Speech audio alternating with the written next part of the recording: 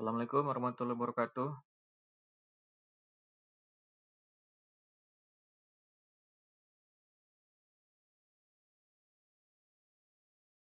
Suara saya jelas?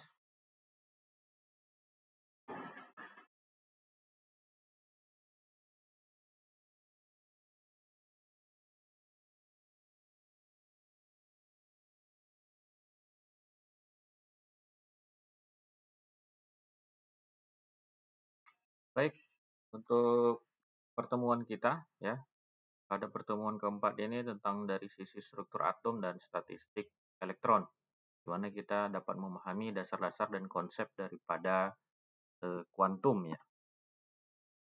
Gelombang dan cahaya itu merupakan pondasi dari pemahaman struktur elektron ya. Jadi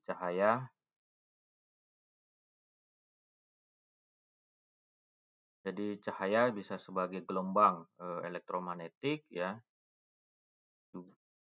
Cahaya juga termasuk dalam bentuk suatu radiasi elektromagnetik, kemudian bagaimana energi terkuantisasi, energi cahaya itu tidak kontinu, tapi melainkan terdistribusi dalam paket diskrit ya, yang disebut misalnya seperti foton. Kemudian bagaimana kecepatan cahaya itu terikat pada dua properti gelombang, ya, ada panjang gelombang, frekuensi, melalui persamaan ini. Kemudian kita juga dapat memahami perkembangan atau sejarah model atom, di mana pada tahun 1803 ya, atom merupakan suatu partikel kecil yang tak terpecahkan dalam materi, di mana atom unsurnya ada identik sederhana lah dari teori atom. Kemudian pengembangannya pada tahun 1897 oleh J.J. Thomson ya, ditemukanlah percobaan-percobaan dari sisi pengembangan elektron, mengembangkan model roti kismis. Kemudian pada tahun 1911 Ernest Rutherford itu mengembangkan lagi atom ya, dengan elektronnya orbit di ruang kosong luas, tapi ini gagal ya, karena elektronnya tidak jatuh ke titik inti. Kemudian dikembangkan lagi tahun 1913 oleh Niels Bohr. Inilah yang kita kenal dengan konsep kuantum.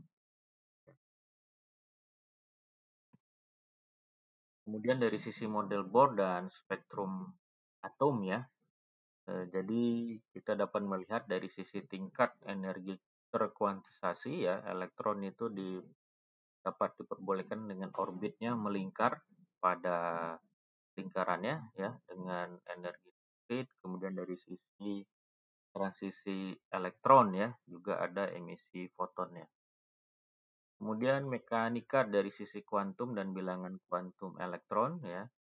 Model dari sisi kuantum elektron modern ini mendeskripsi bagaimana elektron bukan sebagai suatu partikel ya, yang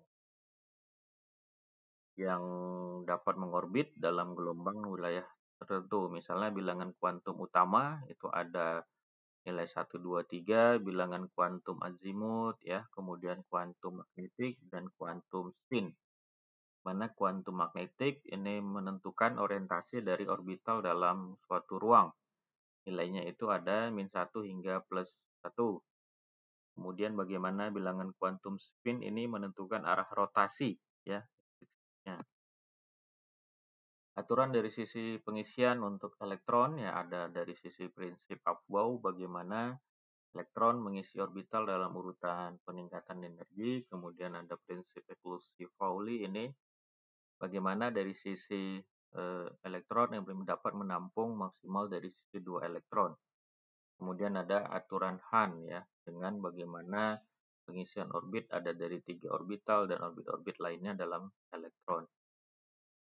Kemudian dari sisi konfigurasi elektron dan elektron valensi ya, bagaimana konfigurasi elektron itu dapat dinyatakan sebagai distribusi elektron di antara zat kulit dan orbital atom ya. Kemudian elektron valensi ya, ini dia berada di dalam kulit atom terluar ya. Juga ada memiliki sifat kimia dan juga ada pembentukan ikatannya. Dan kita dapat juga melihat bagaimana visualisasi diagram orbital dan aturan Hahn ya. Visual dari distribusi elektron yang menggunakan orbital panah ya. Juga ada contoh dari sisi nitrogen. Kemudian bisa juga kita melakukan pemahaman aplikasi dari dan implikasi dari sisi struktur elektron. Bagaimana kita tahu sifat periodik unsurnya, kemudian dari sisi reaktivitas dan zat kimianya, fisikanya, dan juga spektrum dan analisisnya.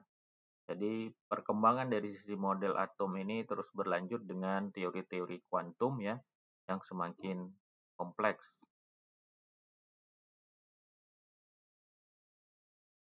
Baik, sini ada yang mau ditanyakan?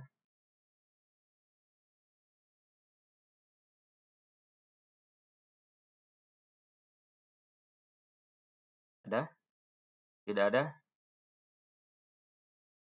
Baik, kalau tidak ada, pertemuan ini kita sudahi. Terima kasih. Selamat pagi.